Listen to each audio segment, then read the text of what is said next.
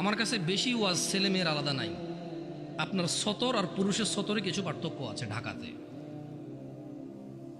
আপনার জন্য অসুস্থ হন আপনি, সেখানে সলাৎ আপনার জন্য নিষিদ্ধ এবং এতে আপনি পরেটার কাফফারা করতে হয় না। পুরুষ কখনো তার জন্য সলাৎ নিষিদ্ধ হয় না, সে পড়তেই হবে যতদিন সে বেঁচে আছে, একদিনের জন্য তার জন্য নিষিদ্ধ হয় না।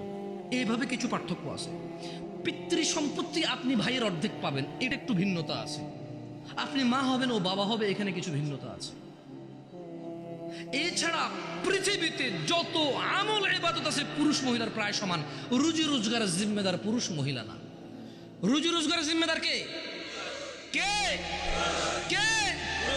গার্মেন্টস কর্মী আমার ওই বোনরা যারা ঘুম থেকে উঠে সকালবেলা লক্ষ লক্ষ পুরুষের সাথে ধাক্কাধাক্কি করে গার্মেন্টসে কাজ করতে যায়, ওদের কি বাবা নেই? ওদের কি ভাই নেই? কোন পুরুষের সাথে কি ওদের বিয়ে হয়নি? কুলাঙ্গার কি ওই ভাই না? কুলাঙ্গার কি ওই স্বামী না? কুলাঙ্গার কি ওই পুত্র না? যে বেঁচে থাকতে তার বোন, তার মা, তার স্ত্রী কাজ করে তাকে খাওয়াইতে হয়, অথচ তার জিম্মেদারি ছিল না। দোষী কে এ জায়গায়? মেয়ের চাইতে বেশি দোষী এখানে ছেলে। এদেশে মহিলাদের কাছে 10টা টাকা থাকে না ভিক্ষা দেওয়ার জন্য? আপনি দেনই নেই কখনো? আপনি দেনই নেই কখনো? দেশের বহু মহিলার কাছে ভিক্ষা দেওয়ার জন্য 5টা টাকা থাকে না। একটা ফকির আসবে 2 টাকা ভিক্ষা দিব, টাকা নাই তার কাছে, আপনি দেন না তাকে। আর ওর বাপ মরে যাওয়ার আগে ইচ্ছা করে মেয়ে পেয়ে গেলে আরেক বেটার পোলা ভাগ পাবে, মেয়ের জামাই আর নাতিরে তো ভোগ করবে, এই ভয়ে বেঁচে থাকতে ছেলেদের নামে সব জমি লিখে দিয়ে গেছে।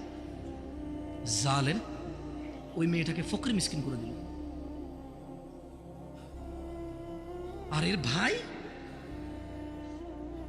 জমি যতক্ষণ আছে এটা ডাইকা ডাইকা খাওয়াবে, মাসে 2 মাসে ঈদে সান্দে জামা কাপড় সেমাই চিনি এগুলো দিয়ে থাকবে। কেন? জমি দিবে জন্য।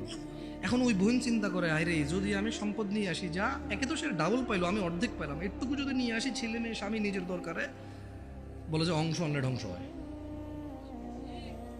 তুই অংশ নিয়ে ধ্বংস হস না, ওর অংশ নিয়ে ধ্বংস হবে কেন রে? তোর বাপের অংশ তুই খাবি, তুই ধ্বংস হবি না। তোর বাপের অংশ তোর বোনে খাবে, সে তার বাপের অংশ খাবে, সেখানে ধ্বংস হবে। তোকে যা আল্লাহ নির্ধারণ করে দিয়েছে, নির্ধারক আল্লাহ, এখানে তোর অধিকার রেখেছে আল্লাহ, ওই মেয়ের জন্য অধিকার রেখেছে আল্লাহ। তুই খালি ধ্বংস হবি না, ও খালি ধ্বংস হবে কেন রে? এদেশের বাপ ভাই সবাই প্রায় জুলুম করে মেয়ের প্রতি, স্ত্রীর প্রতি, ইভেন মায়ের প্রতি। প্রায় ছেলেরা তাদের বাপকে যেভাবে ভয় পায়, মাকে সেভাবে ভয় পায় না, প্রায় ছেলেরা। তো আমি বোনদেরকে বলি, শোনো বোন আমার, আমি সলা নিয়ে কথা বলছি, এখানে সব সমান। আমি কুসংস্কার নিয়ে কথা বলেছি, উদাহরণ উদ্ধৃতি দিয়েছি, হারাম হালাল নিয়ে বলেছি, সবার জন্য সমান। আল্লাহ নবী সাল্লাল্লাহু আলাইহি ওয়াসাল্লামের উম্মত মহিলা এবং পুরুষ সবাই। মহিলা এবং পুরুষ যে আল্লাহ নবীকে অনুসরণ করবে সে আল্লাহ নবীর উম্মত। আর আল্লাহ নবী বলেছে, কুল্লু উম্মতি ইয়াদখুলুনাল জান্নাহ, আমার সকল উম্মত জান্নাতে যাবেই যাবে। ভাই আমার, বোন আমার, তোমরা আল্লাহ নবীর উম্মত হও। শোনো, এখানে আজকে আসছো, 2-4টা হাদিস বলি, মনোযোগ দিয়ে শুনে তুমিও চলে যাও, আমিও চলে যাই। আন মুআয ইবনে জাবাল, ভাই ও বোন আমার, মুআয ইবনে জাবাল রাদিয়াল্লাহু আনহু থেকে বর্ণিত, তিনি বলেন, قال رسول الله صلى الله عليه وسلم, আল্লাহর রাসূল সাল্লাল্লাহু আলাইহি ওয়াসাল্লাম বলেছেন, আলা উখবিরুকা বিরাসিল আমরি কুল্লিহি, আমি কি সমস্ত কাজের মূলটা তোমাদের জানিয়ে দেব না? ওয়া আমুদিহি ওয়া যিরওয়াতি সানামিহি, আমি কি তোমাদের সমস্ত কাজের মূল, স্তম্ভ ও সর্বোচ্চ শিখর সম্পর্কে জানিয়ে দেব না? কুলতু বালা ইয়া রাসূলুল্লাহ সাল্লাল্লাহু আলাইহি ওয়াসাল্লাম। মুআয ইবনে জাবাল আল্লাহর রাসূলকে বললেন, ইয়া রাসূলুল্লাহ সাল্লাল্লাহু আলাইহি ওয়াসাল্লাম, জি আপনি আমাকে জানিয়ে দিন সব কাজের মূল কি, স্তম্ভ কি এবং সর্বোচ্চ শিখর কি।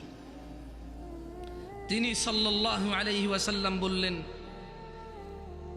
রাসুল আমরি আল ইসলাম, রাসুল আমরি আল ইসলাম, সমস্ত হচ্ছে ইসলাম, সমস্ত কাজের মূল হচ্ছে ইসলাম। ওয়ামুদুহুস সালাহ, এবং ওর খুঁটি স্তম্ভ হচ্ছে নামাজ। ওয়াজিরওয়াতু সানামিহিল জিহাদ, এবং সর্বোচ্চ শিখর হলো জিহাদ করা। সমস্ত কাজের মূল হচ্ছে ইসলাম। যত কাজ করবে সব কাজ নেকি বলে গণ্য হবে মুসলমানের, এবং এই সকল কাজ নেকি বলে গণ্য হওয়ার পর তা টিকে থাকবে। এটা হচ্ছে ইসলাম। সকল কাজে ইসলামের উপরে আসবে। মুসলমান যত ইবাদত করবে এটা হচ্ছে মুসলমান, ইসলাম। ওয়ামুদুহুস সালাহ, এটা হচ্ছে সালাহ, আমুদ, খুঁটি, যেটা পুরো ইসলামটাকে ধরে রাখে। একজন মানুষ মুসলমান অথচ তার সালাহ নাই, তাহলে তার ইসলামও নাই। খুঁটি নাই, ইসলাম নাই। ইসলাম নাই, কোনো কাজ নাই। যাকাত নাই, হজ নাই, সাদাকা নাই, দানশীলতা নাই। ও করেছে, ও হজে গিয়েছে, ও সাদাকা দিয়েছে, একটাও নেকি বলে গণ্য হবে না। কি নাই? কি নাই? কি নাই? সলাত নাই। আমি বলি সলাত মানে এই খুঁটি না থাকলে, এই খুঁটি না থাকলে ওর ইসলাম নাই। ও মরে গেলে কোনো কাজে আসবে না, ওর ইসলাম খুঁটিবিহীন। আসলে ও মনে করে এটা ইসলাম। সলাত যেহেতু নাই, ওর ধর্মও নাই, দ্বীনও নাই, ঈমানও নাই। ওর শিরক কি, কুফরি কি, ওর জীবনটাই বৃথা, ওর পুরো ইবাদতটাই বৃথা, কারণ ওর খুঁটি নাই।